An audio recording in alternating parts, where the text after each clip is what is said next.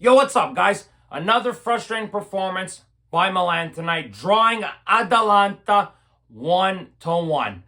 Now, guys, where to start with this game? Now, the game started off well again for Milan, guys. Obviously, last game, Milan had scored an early goal 6 minutes into the game, and tonight we saw the same thing. 3 minutes into the game, Samuel Ricci getting his first goal for Milan, guys. Good shot by Ricci outside the box. Ederson took a slight deflection off Ederson. Carnesecchi had already dropped to the ground. The ball bounced over him, and Milan took an early 1-0 lead. But then, unfortunately, after Milan take that 1-0 lead, they sit back. They let Atalanta start dominating possession. They let Atalanta start pressuring them like no tomorrow, getting shots on net and forcing Milan to make saves and stuff. And it was a very frustrating first half, to say the least, guys. Milan was just absorbing all this pressure.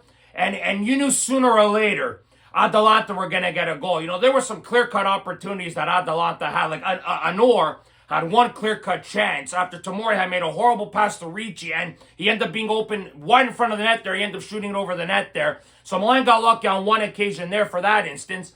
But then their luck ran out, as we saw, when Fofana doesn't close out Pasalic outside the box, and he finds Lookman, who's able to get in between Salamakers, and he's able to score a great goal near post again on Maignan, who's had difficulties his entire career at Milan with near post shots, and it's a very hard shot to save, don't get me wrong, but my God, man, it's just a defensive error like no tomorrow on that goal. It could have been avoidable, and Milan were just not good enough in that first half. You have Santi Jimenez not doing anything. Rafa wasn't doing very much.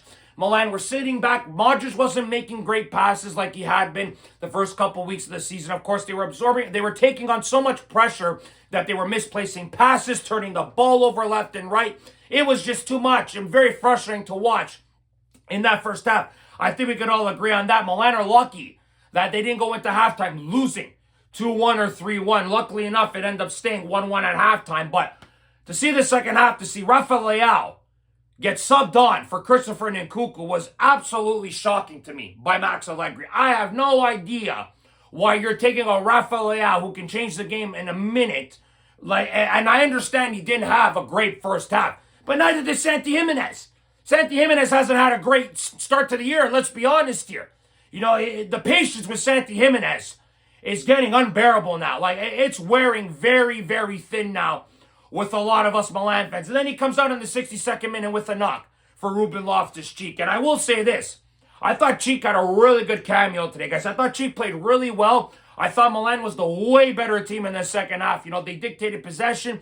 They were more threatening in the second half. But unfortunately, Milan didn't get any threatening shots on target. Trying to make the perfect passes. Not testing Carnesecchi at all. It was frustrating. Atalanta did absolutely nothing in that second half. Absolutely nothing. The only thing that they did in that second half was that Zappacosta shot that Maignan made an incredible save on. Other than that, Milan was the better team in the second half, but unfortunately, we had nobody up there to score for us. Nkunku, who we spent 40 million on, he did nothing today. Cheek was probably our most threatening guy. Salamakers, who played well today as well, but this guy here, sometimes he drives me nuts in front of goal as well. He makes the wrong decisions sometimes. He didn't do that at Roma, but of course he's back in Milan. So he's going to make these decisions, of course, these horrendous decisions. So there were just so many frustrating moments in this game today, guys. But don't get me started on the most frustrating player in this team right now. Youssouf Fofana again today. My God, man. I don't know how much longer that Allegri is going to put up with this guy doing what he does. Us fans are done with it. I am seeing people on Twitter constantly hating on Fofana, and it is totally understandable. My God, the misplaced passes this guy takes, his lack of effort on the defensive side of the ball. Like we saw what he did against Pisa. He does it again today. And then, another moment in the first half, you had Santi Jimenez wide on the flank, and what does he do? He tries to take a shot outside the box, and we all know what happens. He's either going to get blocked or it's going to go sky high over the net. It's either one of the two things.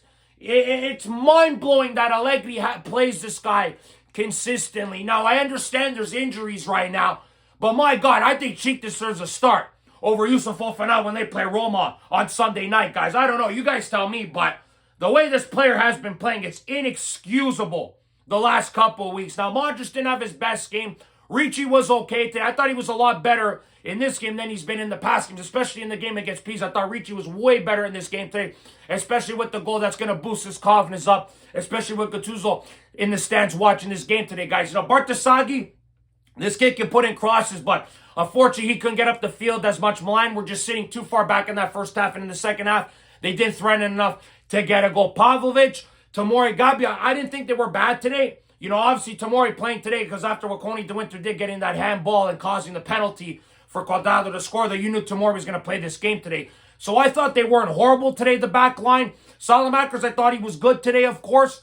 He was one of the only few guys who looked lively today in this game today, guys. You guys tell me, but that's what I saw today in this game today. Magnan made that big save like I mentioned before, but just too many moments again today, guys, where Milan could have maybe taken the lead, had an opportunity to get a shot on net. They didn't do it, guys. And taking a Rafa again, like I said, I felt was a mistake by Max Allegri, guys, but just not good enough again by Milan today, guys. More dropped points, guys, for Milan. 4 dropped points in 2 games. We got to play Roma on Sunday. Obviously, they're top of the table with Napoli. Napoli beat Lecce today 1-0. So Milan have themselves a difficult ladder to climb now, guys. You got to go and beat Roma on Sunday if you want to stay close to the top. But, man, oh, man, it's been a frustrating few games for the Rossoneri, guys. Milan's not getting anything up top right now. It's frustrating to me how vital Christian Pulisic and Adrian Rabiot are to this team, guys. My God, these two missing, you can see how evident, how important these two players are for the squad. When Leao was hurt, Milan were still scoring goals and finding a way to win games when Pulisic and Rabiot were in the lineup. Without those two in the lineup, the midfield is unbalanced, uneven. Pulisic not playing up top. You get no creativity, no goal scoring. It doesn't free up Rafa as well.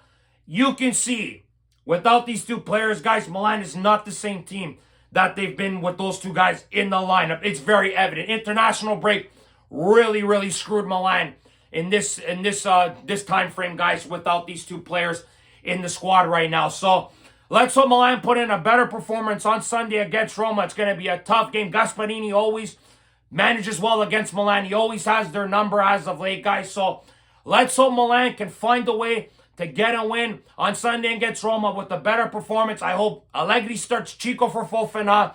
I hope maybe Nkunku starts over Jimenez. Play Leao again.